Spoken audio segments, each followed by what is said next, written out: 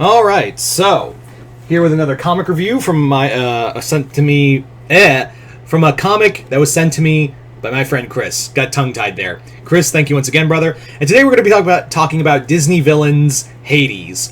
This is part of another we're doing another Dynamite Disney villain comic. I had done Negaduck not too long ago, and yeah, I just find it funny that this is the next book. So this is part of the Dynamite Disney deal. DDD, I guess you could call it.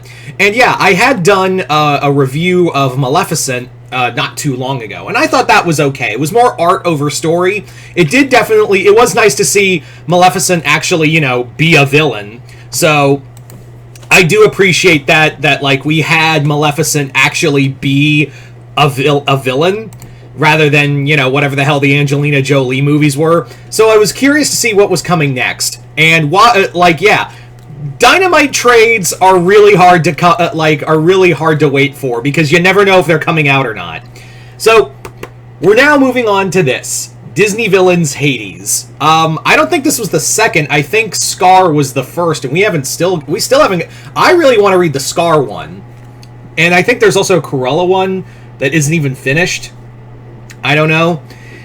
Anyway, so what does the Lord of the Underworld have in store for us?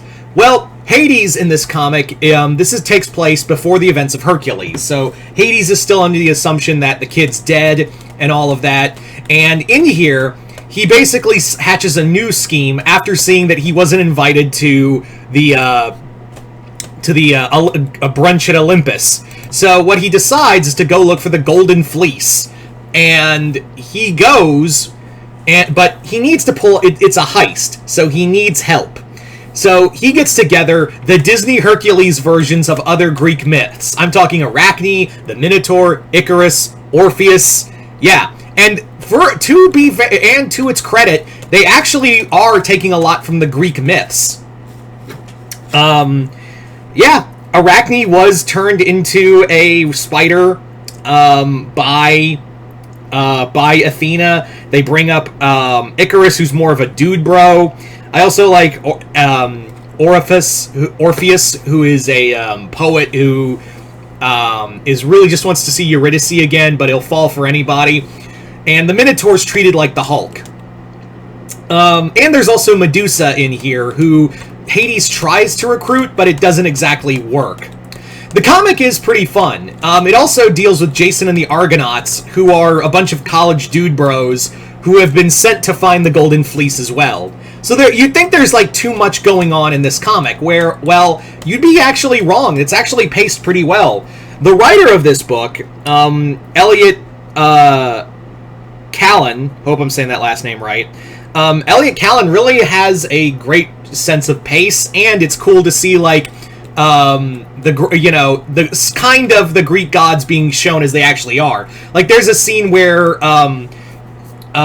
Medea from the Greek from the Greek legend of Jason and the Argonauts is angry, and she calls Zeus, and Zeus is like, all right, I'll cast a storm and all that, I guess.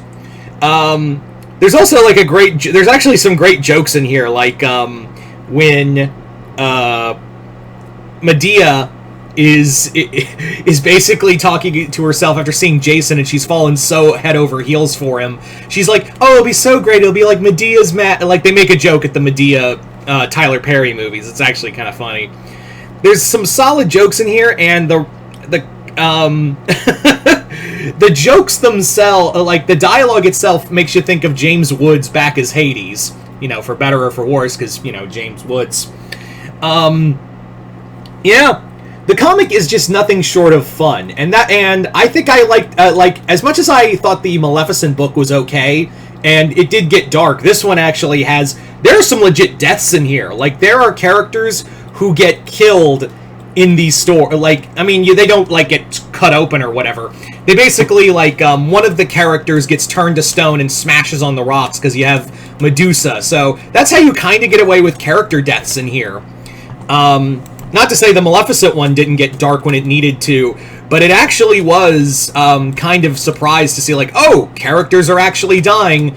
But, yeah. I guess when you're dealing with the god of death, like it does make sense. They actually also mention that, yeah, Hades is the eldest brother, and Zeus even brings it up, which is something the movie doesn't even bring up. I really enjoyed this. I was expecting, just kind of like a ho-hum kind of story. I wasn't expecting much. Again, the Maleficent book was okay. I think it was more art over story, which is fine. Here I was kind of like, well, how are you going to do Hades and how to make it a interesting book? Like, how are you going to make this such a skeezy bastard such an entertaining character? And that's the thing. Hades himself is a pretty entertaining character, and when you give him characters to play off of, it's a lot more fun. So, yeah, I recommend this. I really do recommend checking this out. The Maleficent one's also pretty good if you want to check that one out, but Hades definitely is the stronger of the two. There's more story here, the jokes are funny, and it's just kind of a fun story to see, like, more like a the Disney version of the other Greek myths and how they play with that. I was hoping to see Persephone in here, but we didn't get that. But that's not even a complaint, really. So, Chris, thank you once again for this comic, and you guys tell me in the comments below if you've read this book. Let me know in the comments below what you guys thought of it. Other than that, I'm Mr. Multiverse. I'll see you next time in the Multiverse.